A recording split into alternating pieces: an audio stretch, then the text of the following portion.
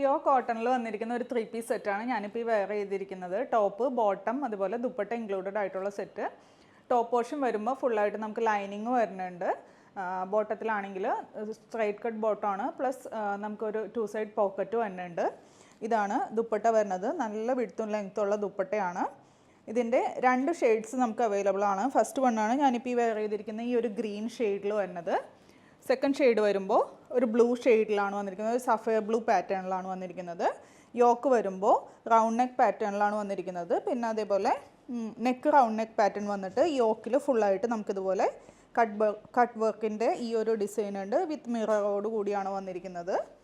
3/4 സ്ലീവിലാണ്. Slitted ആയിട്ടുള്ള pattern ആണ്.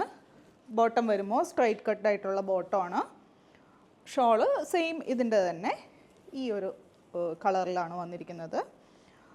അപ്പോൾ ഇതിൻ്റെ റേറ്റ് വന്നത് 1190.